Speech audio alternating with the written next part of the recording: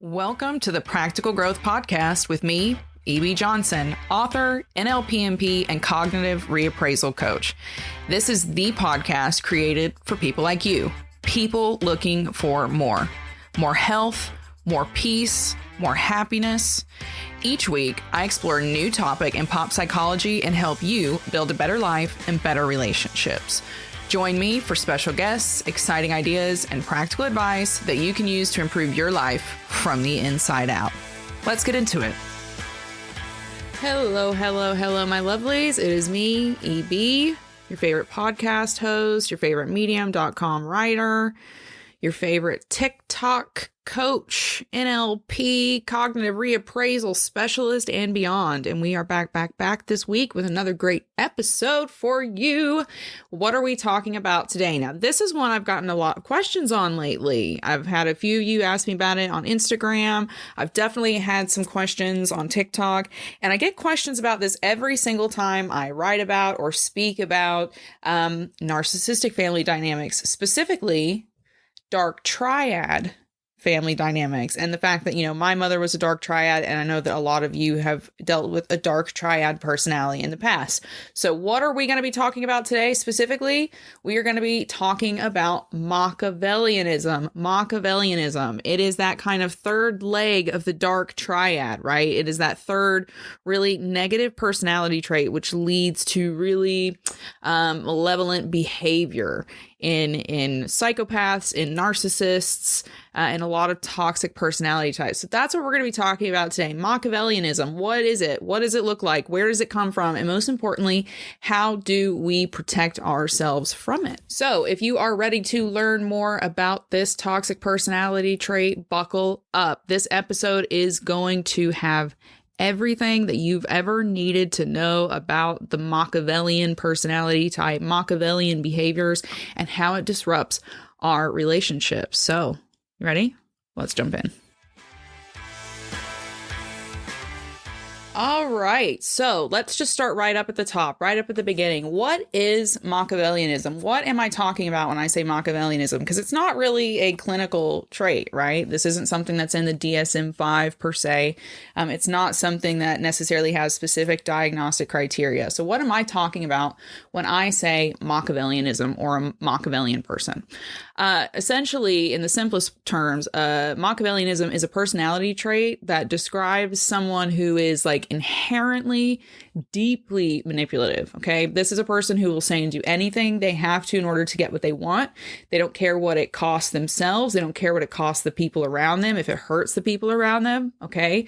A Machiavellian person is someone who's extremely prone to lying, okay, to deceit, to being cynical, deceitful. They lack empathy. Okay. That's one of the biggest markers. And that's why you find it so often with psychopathy and narcissism, right? They lack empathy and they lack respect for other people, especially, and this is important, especially where their desires, their personal desires, whims, wishes are concerned.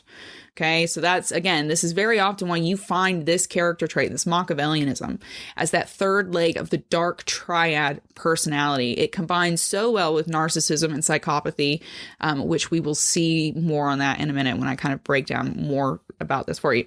So the term Machiavellianism, where does that come from? Because it's quite complex. It actually comes from Niccolo Machiavelli, who was an Italian Renaissance philosopher. For the better part of the term, he was a philosopher, okay? And his biggest work was called The Prince. And The Prince was essentially a manifesto, okay? It was released in 1516. It was a manifesto for one of the Medici rulers. And it essentially was about a king has a right to do and say whatever he wants in order to get whatever he wants, okay? These rulers, these aristocrats, they have the right to just say and do whatever they want. It doesn't matter how they affect the people around them because their desires, their wishes, their ideas take superiority over people. So that is where we get the term Machiavellian from, okay? Because he really pushed these traits. Funny enough, this book was a great favorite of King Henry VIII. So take with what you will. But essentially, this is where we get the term Machiavellian from. Now, according to Shay McIntosh, who is an expert in this, right? She's an incredible psychologist who studies these Machiavellian traits. Shea says that a person with Machiavellian traits is, and I quote, deeply centered on cunningness, selfish behavior, manipulativeness, and indifference to morality. Okay. And that's a big thing. That's why it pairs so well with narcissism and why you see the two go hand in hand so much, because it is that indifference to morality, which springs from a lack of empathy.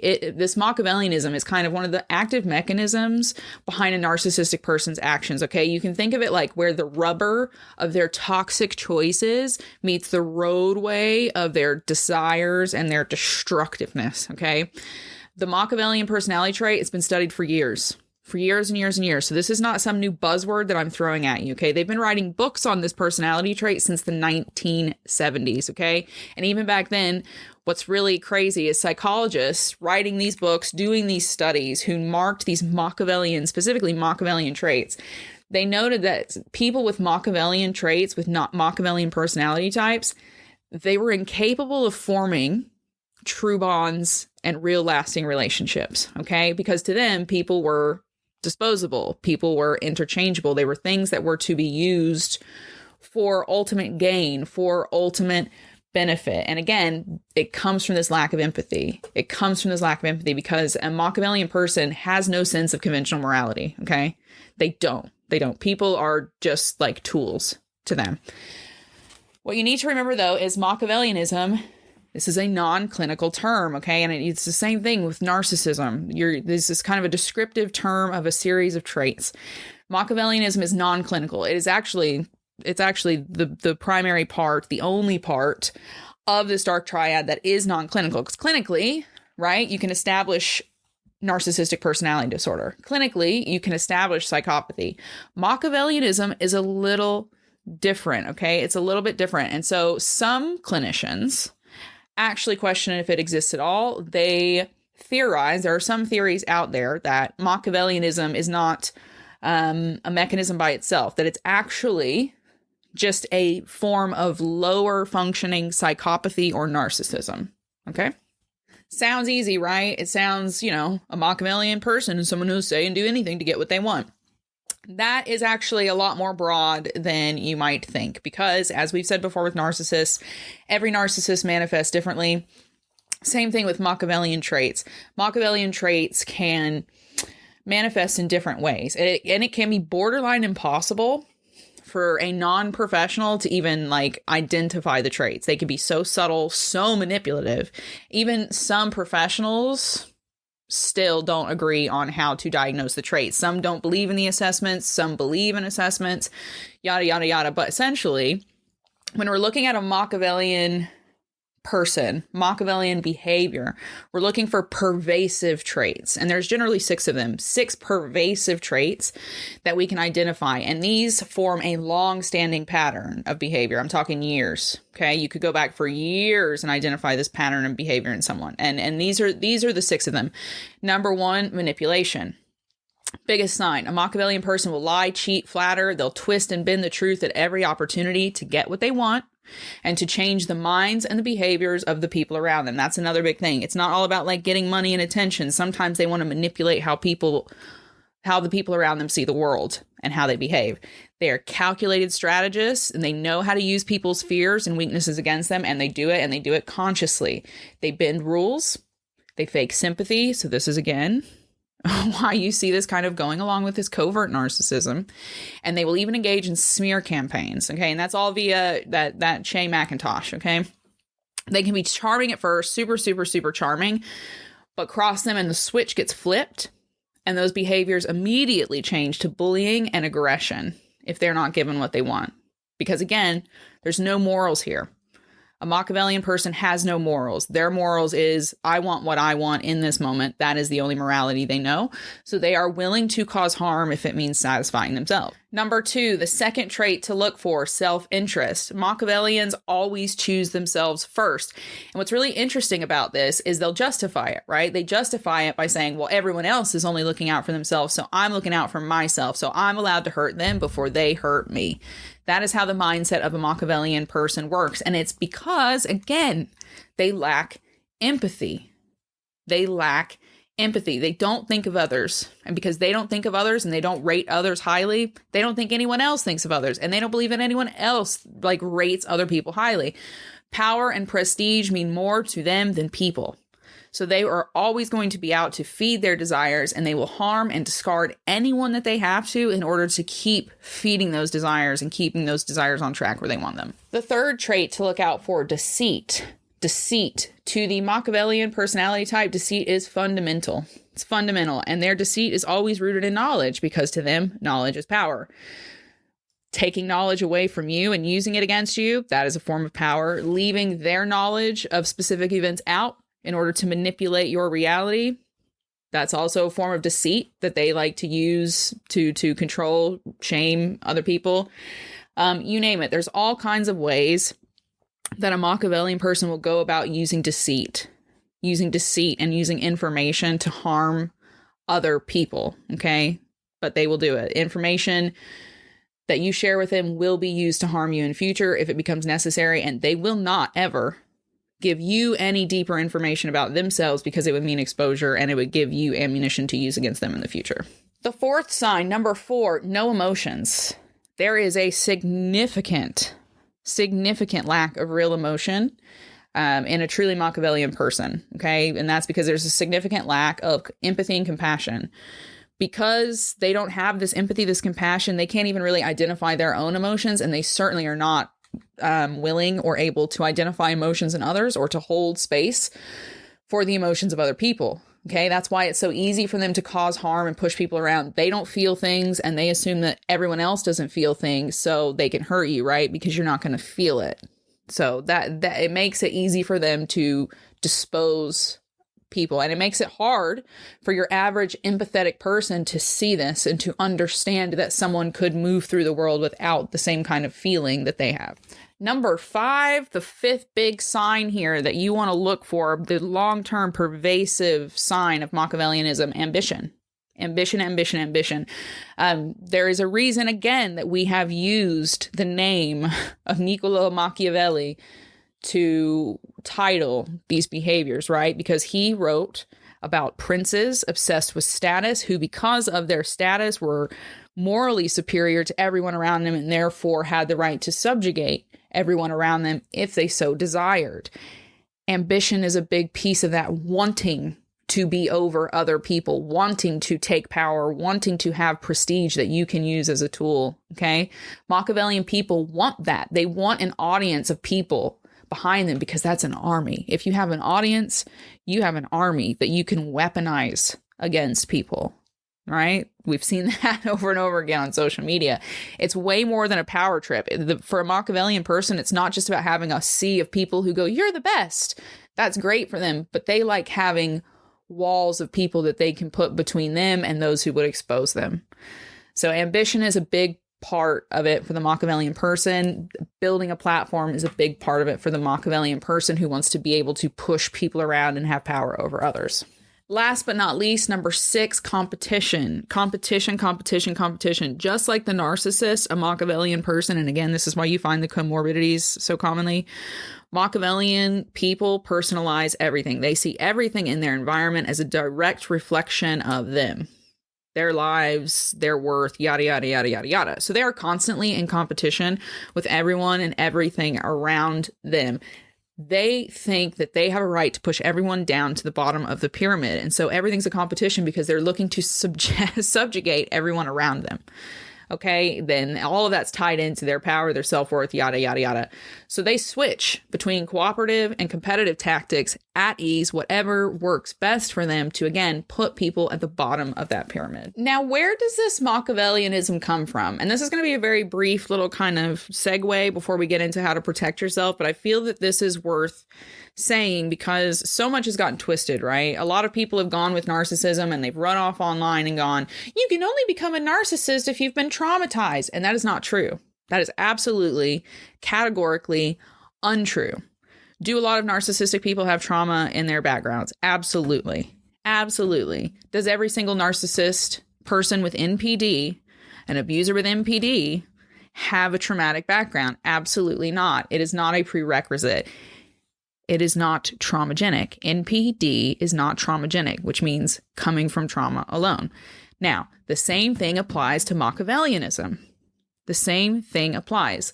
The primary mechanism for someone to become Machiavellian is genetics, right? There has to be a genetic predisposition to it. There's probably a parent or a grandparent or somewhere in the ancestral line where this gene was being carried and they got it, right? That is absolutely without a doubt.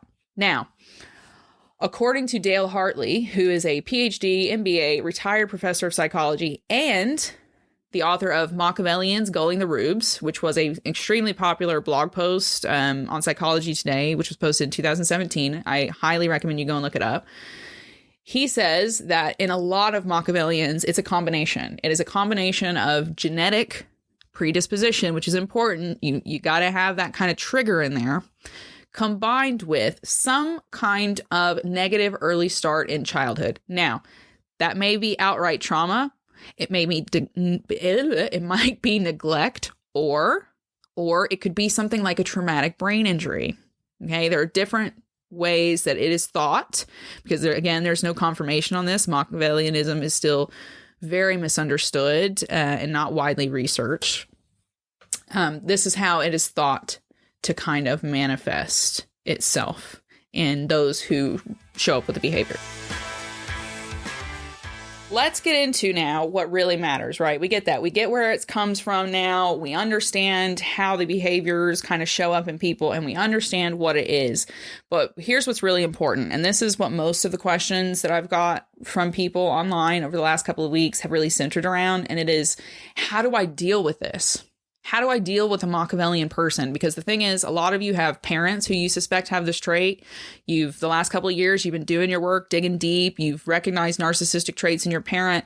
Maybe some of you have recognized some dark triad traits. And now you've kind of hit that Machiavellian groundstone and you're going, uh-oh, what do I do? Because maybe you're going no contact. Maybe you're not in that place yet. Maybe you're dealing with this personality trait in a boss, in a coworker, in someone you have to co-parent with and that you can't fully escape. So what do? How do you deal with a person who will say and do anything to anyone in order to get what they want? Well, I'm going to give you 5 tips, but before we get into these 5 tips, you need to remember right off the bat, if any of you have come in here thinking that I'm going to tell you any kind of advice that will allow you to change the behavior of this Machiavellian person, you're delusional. I'm sorry. I'll just say it. You're delusional. You cannot change Machiavellian behavior in someone else. It's never going to happen. You're not going to love them enough. You're not going to encourage them enough. You're not going to push them into therapy. None of that. Okay. And I will also tell you this. I spent about 6 hours researching for this podcast episode total over the last week or two and pulling things together, and these little excerpts and these studies from these professionals who I've mentioned so far in the episode. Every single one of them said the primary way and the only guaranteed way to protect yourself from a Machiavellian person is to avoid them at all costs. And if you have that option in any way, shape, or form, that is the option, the solution that you should select every single time. You should avoid interacting with someone who displays Machiavellian personality traits at all costs. Okay? Whether they are confirmed or suspected, you should stay away from them if you've seen proof of those behaviors. Now, for some of you, that's not possible. It might be a parent you're not ready to go no contact with, or a sibling, some kind of family member you're not ready to go no contact with. Or, like I said at the top of this segment, you might be dealing with a coworker. You might be dealing with a boss. So what can you do? I'm going to warn you now, it's limited. Okay? It's limited because there is nothing you can do to counter their behavior. They are going to do what they are going to do, and what you do doesn't really matter. So the goal here should be self-protection, building up yourself, and finding ways to create divisions and walls between yourself and this Machiavellian person. So here we go. Get your pen and paper out. This is how you're going to deal with the Machiavellians in your life. Number 1, set clear boundaries. And this is going to be really hard and really uncomfortable, and you can't get here if you haven't worked on your self-esteem, but set clear boundaries. You need to verbalize to them what is and isn't okay. You will not speak to me this way. I will not work during these times, after these hours, on these dates. I will say no to these things. All of those really tense, scary things that are a part of setting boundaries, you have to do them. consciously, intentionally, even though they are hard, even though they are uncomfortable. Okay. Every time that person violates your boundaries, every time they push you around, bully you, make a remark, whatever it is, you need to write it down. It needs to get written down in a physical diary, date, time, what boundary was violated, how it was violated, and how it made you feel. I'm not kidding. If you need to get in a spreadsheet, make a freaking spreadsheet. You need to keep a record of every single time this happens. Now, that protects you for sure legally in a work position. If you are in a family relationship, it's not so much about being able to legally protect you from them. It's about when the time comes for you to do the hard work of no contact, you have a reference to go back and see all the times that you were abused, and then decide if you're going to remain complicit in that abuse or not. Number 2, focus on yourself. You. Their behaviors are going to be so emotionally harmful and upsetting. And guess what? If you can't go no contact with them, there's nothing you can do about that. Again, they will be hurtful. They will lie to you. They will deceive you. They will lie to other people about you. They will deceive other people about you. They will find ways to disrupt your life emotionally in any way that suits them to getting what they want. You can't change that, right? So the only thing you can do is change your ability to respond to that environment. You need to focus on your goals, making your emotions as strong and regulated as possible, as healthy as possible. Get your body healthy, get your mind healthy, surround yourself with good people, get your life outside of this person looking exactly the way you want to look. Now, if you're trapped in a work environment, a part of this focusing on you is also making sure that you get the skills, abilities, finances, platforms, whatever it is to get yourself the hell out of there. Okay, that has to be a part of focusing on you, building yourself up so that you are strong enough to get away from the environment where this person is. Because if you continue to exist in an environment with a Machiavellian person, you will continue to be miserable. Because again, they ain't changing, but they will keep harming you. Number 3, self-esteem. If you are spending every day in an environment with a Machiavellian person, then you need to be spending at least 15 minutes every single day doing self-esteem building exercises for yourself. Now, this might look different to different people. I always tell my clients the fastest way to boost your self-esteem is to hang around good people and to do things that you're good at. Okay, those are the 2 fastest way, but essentially you need to increase your self-esteem and you need to focus on building a strong sense of identity that is so strong and so undeniably yours that the Machiavellian person cannot destroy you or it. When they go to someone and tell a story, your image, your self-identity needs to be so strong that A, you don't care, and B, the people who hear the story don't even believe it because you know who you are and they see that. And they know that that conflicts with the lies that the Machiavellian person is telling. Number 4 here, keep your circle small. If you are dealing with Machiavellian people, okay, keep your inner circle strong. Stop telling all of your business to people who are close to that Machiavellian person, people who have proven time and time again that they are willing to be manipulated by that person, who are susceptible to being manipulated or played by that person. Keep your circle of close, trusted people small. Don't look for support in people who are close to the Machiavellian because it's not going to happen. They will disappoint you every time. They will always be swayed. They will always be manipulated. So make sure that you are building support systems, groups, friends outside of the environment where that Machiavellian person is. Number 5, last but not least, ask for professional help. Get yourself some professional help. If you've got, like I had someone who was asking me the other day about their mother, who they highly suspected was Machiavellian, and they were like asking for questions on TikTok in the comments. And that's great. I understand that they were looking for information and I was happy to help. There's only so much help you can get from a TikTok comment section. Yeah. You need to get professional help from someone who can help you protect yourself and put systems in place so that you can escape that environment where that Machiavellian person is causing all that damage. So ask for professional help, put yourself out there, get in a group, get coaching, get a therapist, do what you've got to do to get the knowledge and the willpower and the strength and the plan in place to get away from and protect yourself from this Machiavellian person.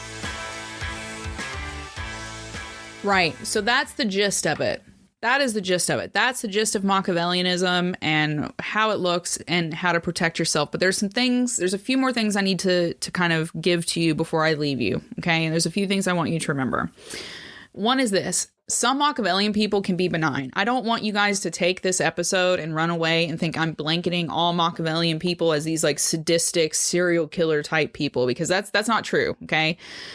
To some extent, you could say that everyone, especially when we've grown up in toxic environments, we've only had a negative, toxic example of how to behave from our parents, our families, our caretakers, then you could have some of these traits, right? You could pick up some of these behaviors, have some of these traits that maybe you're not fully aware of, or you're just starting to build an awareness of. Machiavellians, the way we talk about them here, the bad ones, the dangerous ones, you'll see them referred to quite often as high Machs, like people with high Machiavellian traits. The reason that they are considered high Machs is because they choose to use their behaviors, their traits, that lack of empathy, that desire to put themselves above others. They use it for bad. They choose to capitalize on those instincts and use it to harm others. Okay. And that is the really, really, really big thing here. We're talking about people who choose to use their words and deeds to consciously inflict harm on others. Okay. And someone like that cannot be fixed by the love of another person. That's not a thing. The only way someone with Machiavellian traits can improve themselves, and I'm not saying cure because there's not really enough knowledge here. We don't know if it can be cured. But what we do know is that someone with these traits can always choose to go to a trained psychotherapist, ask for help, and reprogram their brains and their behaviors. Now, that is a thing that absolutely can be done, but it can only be done when that person intrinsically is motivated to do that. And you can't push someone to do that. They either have that in them or they don't. Okay, and that's the big thing. And some Machiavellian people, they may not get help, but they also may not really use their traits for bad, right? They may just kind of harm themselves and be a bit selfish, but they don't go out of their way to harm people. So it's important to see the sliding scale and to keep in mind that you're looking for long-standing, years worth of harmful and dangerous behavior. What do you think? Do you have any Machiavellian people in your life? Have you dealt with Machiavellian personality types before? How did that hold you back? How did that harm you? Did it disrupt that kind of connection with self? Did it disrupt the way you were able to grow, interact, believe in yourself in the world? I know a lot of us have encountered this, and a lot of us are still working to recover from the damage done. But the good news is we can, right? We can always choose to be better people. And that is the real difference between us and the people that harmed us. The choice. We're making the choice right now to be better than they were. And that is such a powerful choice to make. Thank you so much for listening today. I hope you learned something. I hope you gained something. I hope that this has given you a little bit more confidence to go out into the world and to build yourself and to protect yourself and to create that life that you love, because you do deserve that. You do deserve that. If you'd like to work with me, I do have applications open now for my 2024 programs, but I will let you know, applications are already coming in. This is not a joke. So if you would like to work with me in 2024 one-on-one coaching, make sure you head over to therealebjohnson.com and click on Working With Me. There you'll find out more about me, my coaching programs, and what it takes to apply with me. I will say, my programs are not for everyone, okay? My programs are not for everyone. It's for people who have done the work, who are continuing to do the work, people who have plateaued in therapy and who are ready to get active results, who are ready to take action in their lives, create better lasting relationships with themselves and with the people around them right now, and to recalibrate and reprogram their nervous systems for greater life satisfaction, for greater emotional regulation, for greater peace and rest. Okay, so if that sounds like you, make sure you head over to therealebjohnson.com and click on Working With Me to apply. For everyone else, thank you again for listening. Keep following me on Medium. You guys have really caused a buzz over there, and it's helped me out immensely. I appreciate that greatly. Keep following me on TikTok and Instagram and YouTube, and I'll be back next week with some juicy goodness. Until then, keep your heads up, keep your eyes on the stars, and keep moving forward. Bye-bye.